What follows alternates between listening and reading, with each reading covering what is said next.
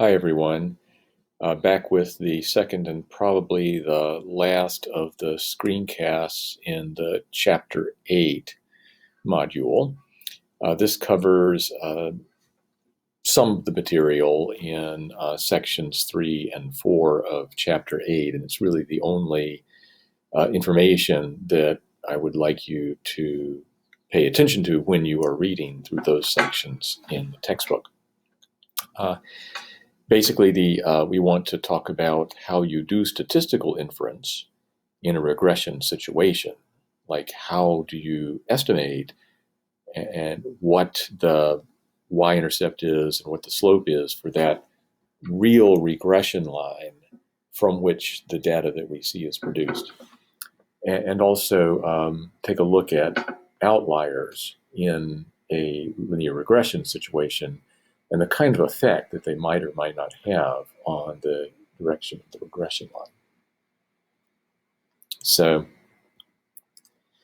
you'll need tiger stats again. And let's get to inference and regression first. In order to do inferential work with regression, you're going to have to move past LMGC to R's more standard function for making linear models. And that's called LM. But it works basically the same way. LM.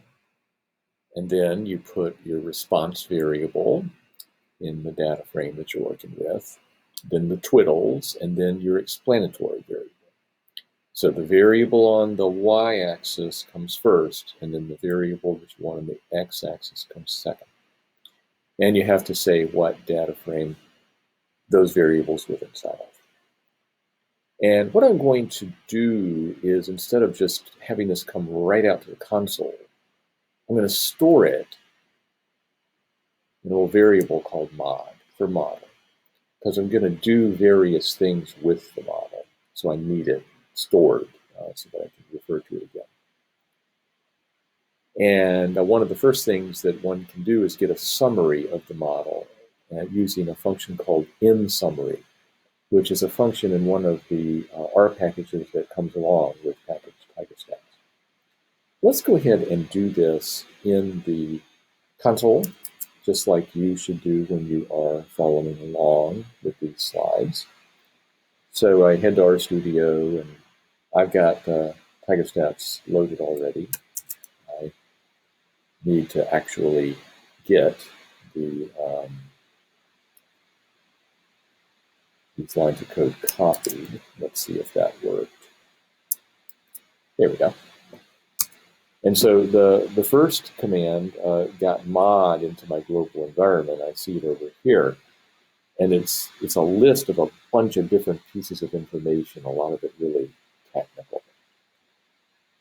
But that second command, inSummary of mod, right here, it produced this output to the console, which we'll describe here in the slides. It gives you all the information that that LMGC gave, with more. It gives you the equation of the regression line, but you have to know how to read it. The y-intercept is here. The slope is here. You'll remember those numbers from the last screencast. But then there's all this extra information here that helps you do tests of hypothesis. So we'll talk about that later. LMGC gave you the residual standard error, the rough give or take figure for how much, a prediction you make might be off by. And it's given here, 6.419, just like before. LMGC gave you the R-squared value. It's here as well, the 0.8391. So 83.91% of the variation in our y values on the scatter plot is being accounted for by variation in x values on the scatter plot.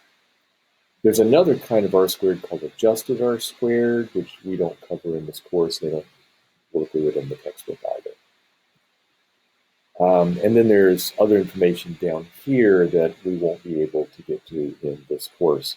In later, more advanced stats courses, we'll consider everything in this output and more. So I want to get back, though, to the underlying linear model, that regression line, that blue regression line, the one with the slope you see and the y-intercept that you see, that regression line is trying to estimate. You see, when we set up this model, what we're imagining is a structure or procedure by which the data, the points on the scatter plot, come to be. And it's just an imaginary picture. It's not real, but it can be thought of like this. You can imagine that there's like some really powerful being working behind the scenes, with these plots of land and these beetles. And the powerful being, sees a certain number of stumps on a plot of land. And the powerful being has a little linear equation in mind, given by what I have just selected here in yellow. Beta naught plus beta 1 times the number of stumps. And the powerful being knows what the beta naught number is and what the beta 1 number is. We don't. And what the powerful being does is it looks at the number of stumps and plugs it in for stumps there, multiplies by the beta 1 and adds on the beta naught. And that's almost how many larvae clusters he's going to cause to appear in that plot of land. Except that he throws on a little random number. It's almost like he rolls dice or something and gets a little random number that might be positive and might be negative, and he adds it on to the result of plugging into this equation here. And so the number of larvae that actually appear is this pattern part, the equation, plus a chance part. And he does that for all the plots, and that generates the data that you see. So you can see this is kind of a fanciful model. We know for a fact that there's probably not that's probably not how it happened, that there's some powerful being that rolls dice behind the scenes and adds to an equation.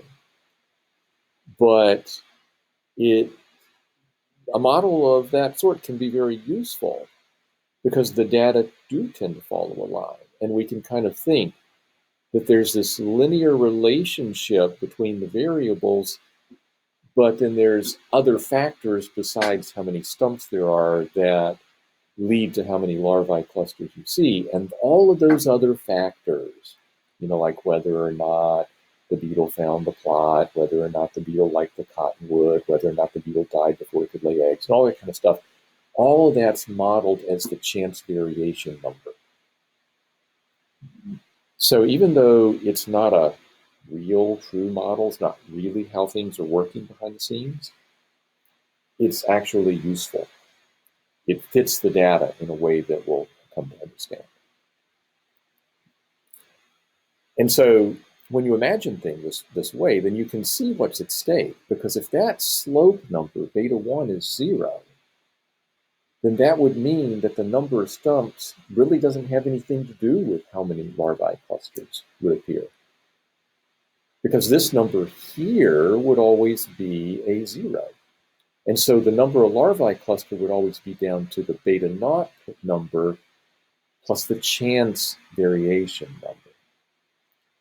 On the other hand, if beta 1 is not 0, then the number of stumps are related to the number of larvae clusters. They make a difference because they would end up making a difference in that part of what produces the larvae. So it's just really important to keep in mind if you want to understand what inference is for linear regression. Really important to keep in mind that blue regression line we've seen on the scatter plots is just a line produced using the data. And it estimates that imagined real line, beta naught plus beta 1x. Just like a sample mean estimates a population mean, the regression line that you can get with your data estimates this imaginary real line. And your null and alternative hypotheses about the slope is always going to look like this. Null hypothesis is the one that says, no interesting pattern going on here. Beta 1's actually 0. And so whatever you see in the scatter plot, you may see a rising cloud of points, but it's just happened by chance. It just those little random numbers that added on just happen to work out so that the cloud of points rises. That's what the null hypothesis is claiming here. And the alternative hypothesis would say, no. The best way to explain that rising cloud of points you see in the scatter plot is that beta 1 is not 0. That slope of that real background line is maybe positive, and that's why the cloud rises. So here's how you can use the portion of that output from the M summary to do inference. So I want to focus here on just this portion of the output. Let me locate it for you in the total output. The total output's down here in RStudio, and it's this line right here that starts with stumps, okay? And we want to take a look at just it for now. So first of all is our best estimate based on the data of what beta 1 might be. And that's the slope of the blue regression line, 11.894 larvae clusters per stump. Next up is the standard error, the give or take figure. How much is this estimate of 11.894 liable to differ from the real beta 1? Well, could easily be off by 1.1%.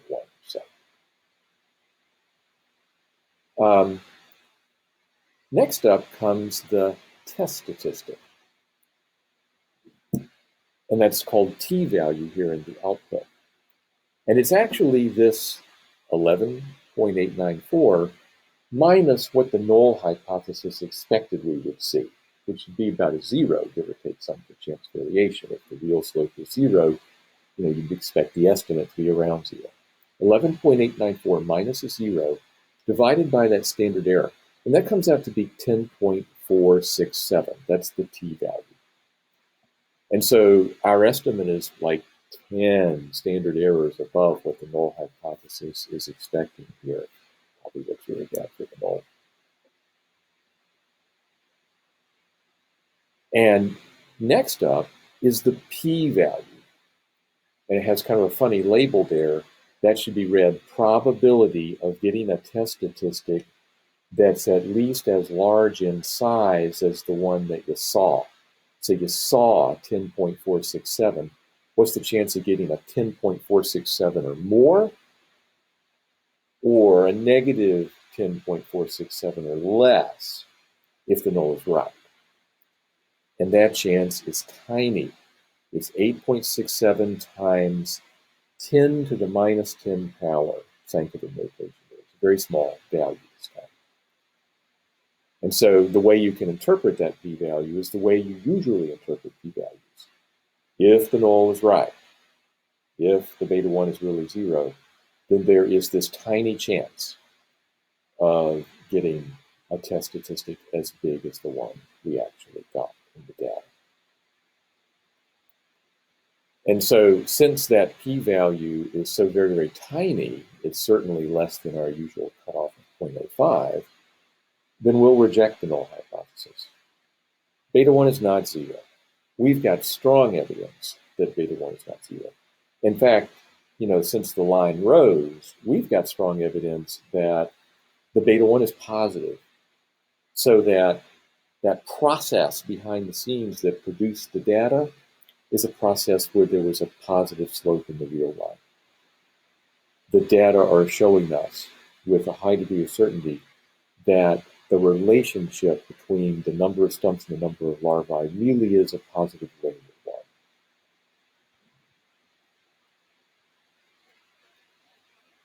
So the inference procedure, the test of hypothesis procedure in linear regression, is just the standard procedure that you've learned in your previous work in chapters 6 and 7.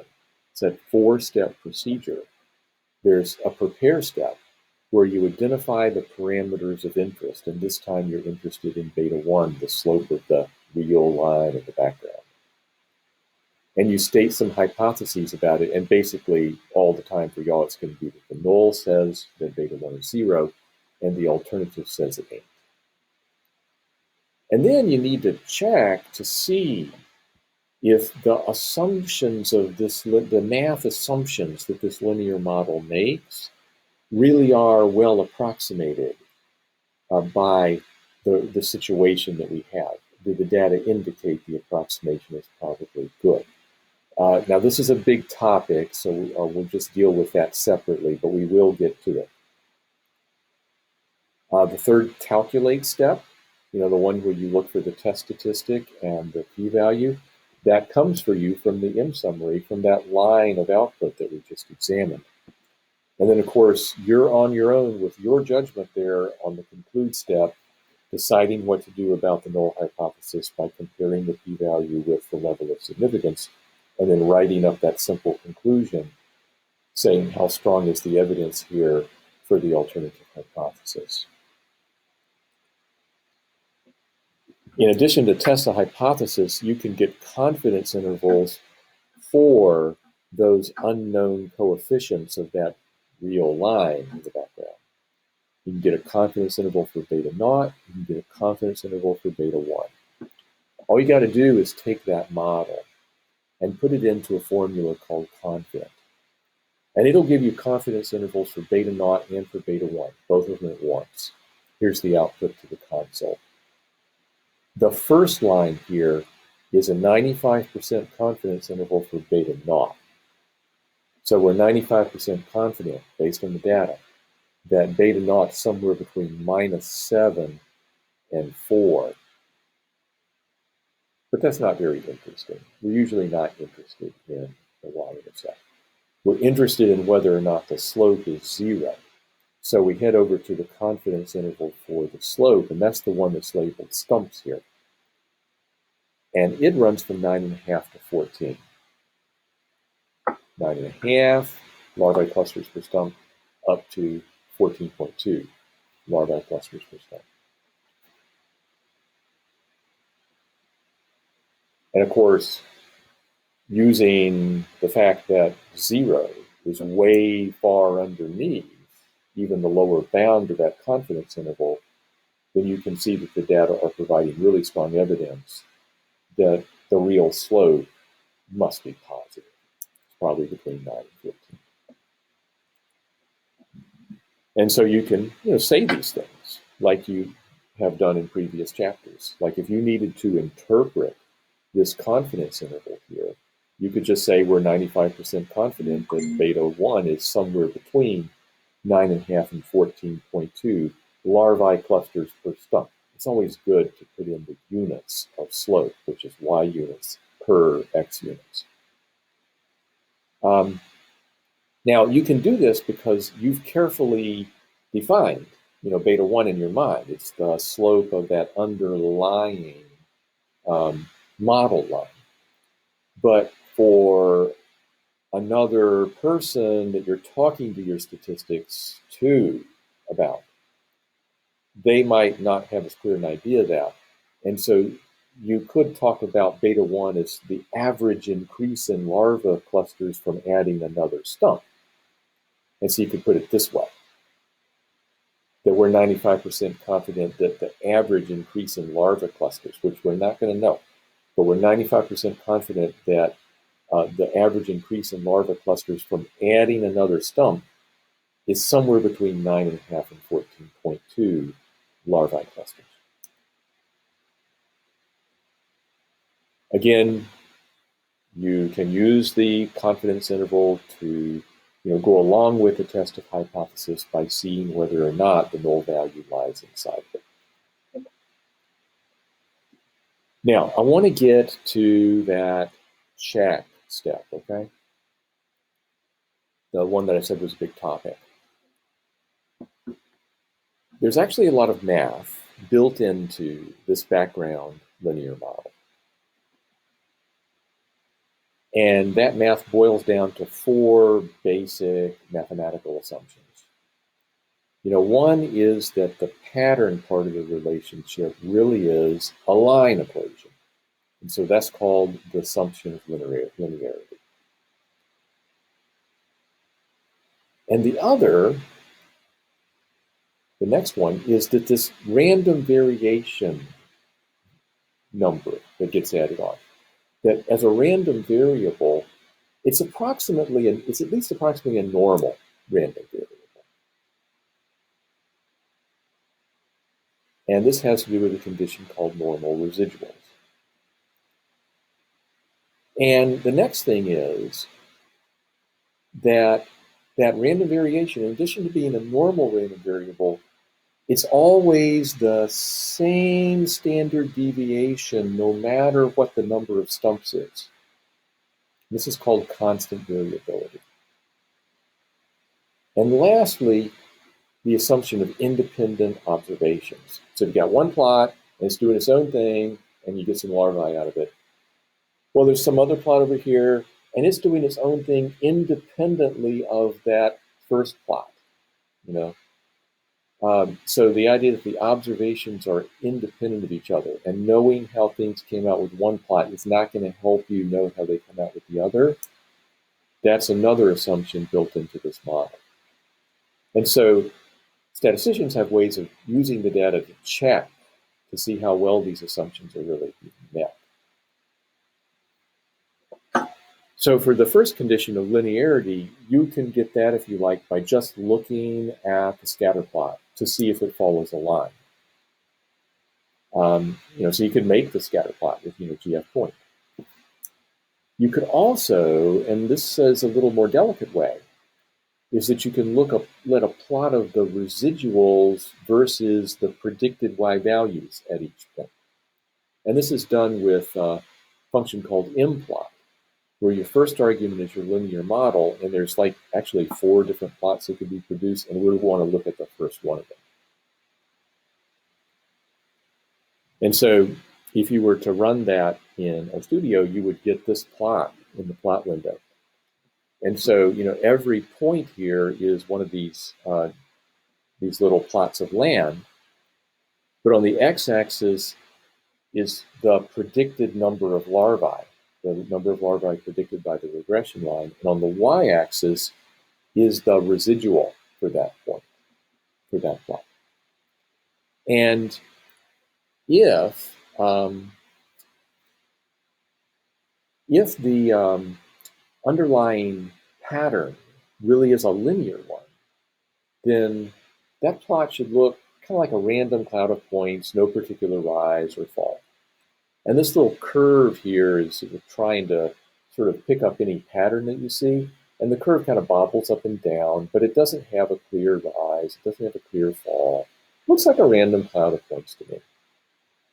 Now, along the way, they'll mark a few points that have a particularly large residuals. Those points are interesting. They could be possible outliers in the scatter plot, so we'll talk about them later. So, basic summary there. When you look at that plot, if the points look more or less like a random cloud with no up-down pattern, then the linearity assumption is probably okay. Next condition is that condition about the random variation being a normal random variable. This little number that gets added on here is supposed to have a probability distribution that's a normal distribution with mean 0 and standard deviation that you don't know, but it needs to be fixed. And so that means that the random number that gets added on, it could be positive, could be not negative, but but ultimately, if you saw a lot of them, it would look like a bell-shaped distribution.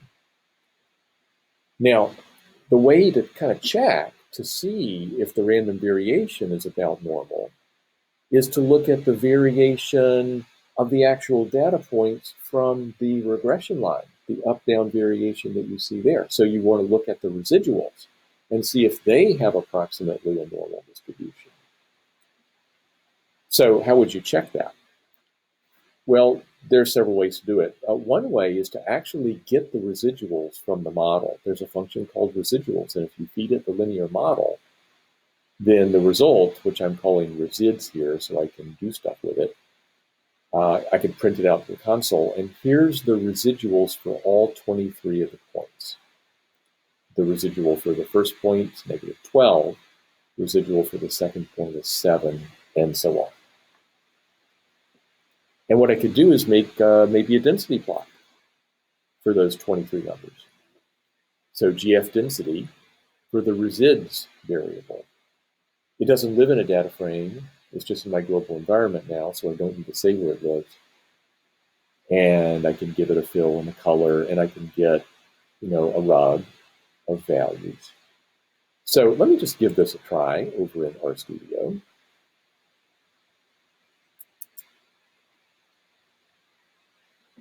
So I run these two lines. The first one gets resids in my global environment, and the second one just prints it out to the screen so I can see them. And then let's try this little density plot with the rug.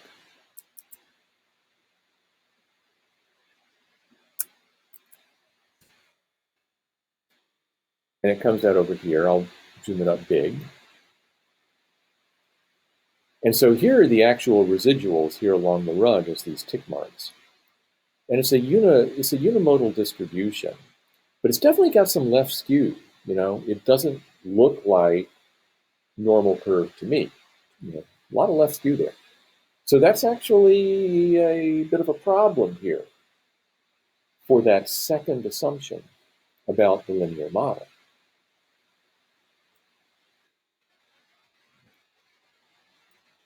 The third assumption, constant variability, says that random variation should not only be normal with mean 0, but that the standard deviation, the spread in the normal curve, needs to be the same no matter what the value of the x variable is, no matter how many stumps are in the scatter or in the plot.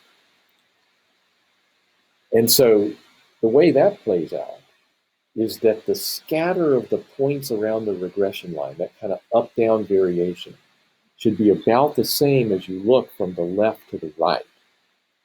So, like if you look at a scatter plot like this and start off at the left, notice that the up-down variation is kind of small. But by the time you've gotten to the right, the up-down variation is a lot. That's indicating that there's not constant variation, that the sigma number, the spread on the normal curve generating the random variation, is actually increasing here as x increases. So this kind of trumpet shape is a bad sign in a linear model situation. Or say if you were to see a scatter plot that looks like this, here, big sigma, and later on for bigger x, small sigma. So this kind of reverse trumpet would also be a bad sign, an indication that maybe a linear regression is not something that you should apply right away to data like that. The fourth assumption is the one about independent observations. That's saying that the random variation for any one x value should be independent of the random variation for any other x value. And this can be really hard to check.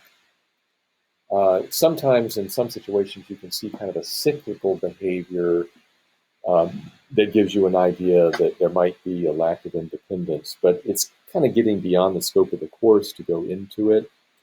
If we had a few more weeks, we'd probably go there. And we'd look at other types of regression too, but we just don't really have that time. So instead, I just want to move on to introduce you briefly to the topic of outliers in linear regression. So outliers are points that are far from the pattern that's formed by most of the points in the scatter plot.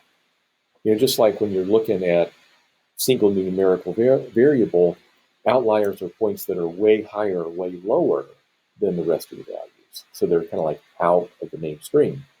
Same in a scatter plot. Outliers are out of the mainstream of the other points, not fitting in with the pattern that the other points seem to produce together.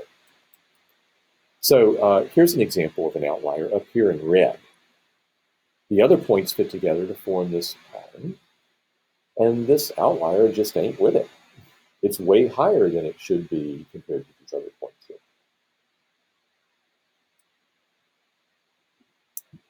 Now, the leverage of a point is related to the idea of outlier. The leverage of a point is the amount of influence that a change in the vertical position of the point would have on the placement of the regression line. So I want to give you an idea about how this works. Look at that outlier, okay, the one in red. Now, what I've got here is two regression lines. The dotted blue line that you can see there is what the regression line would be if you just worked with these points in this cloud that I'm circling and did not include the red point at all. And the solid red line that you can just barely see distinct from that dotted blue line is the regression line you would get if you included the red point with the other points in your analysis. And you can see that there's hardly any difference between those two lines, and that makes a lot of sense. When you add on that red point, the new regression line, it doesn't want to be far away from that point because regression lines want to make the sum of the squares of the residuals as small as possible. That's kind of a big residual there, huh? And therefore its square is going to be big.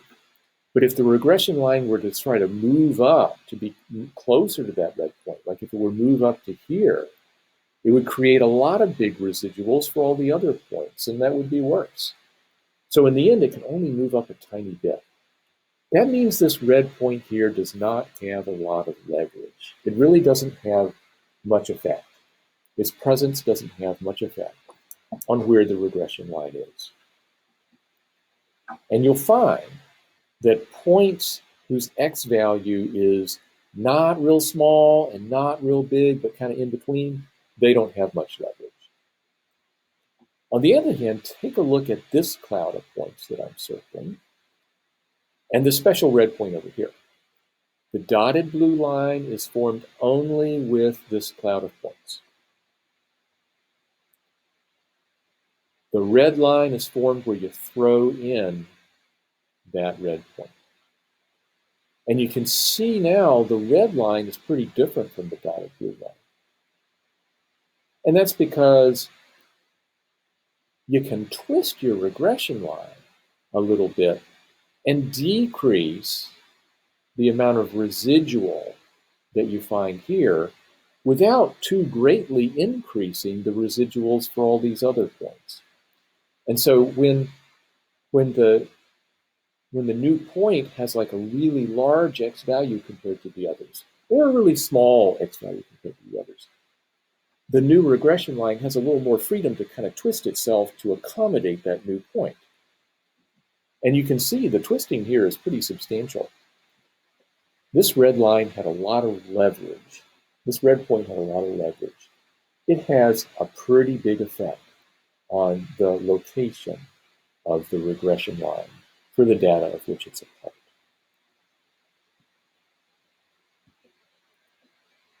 So when you look at your scatter plot, you do want to watch out for the outliers, especially the ones with high leverage, because they can twist the regression line around, kind of twist the line towards them.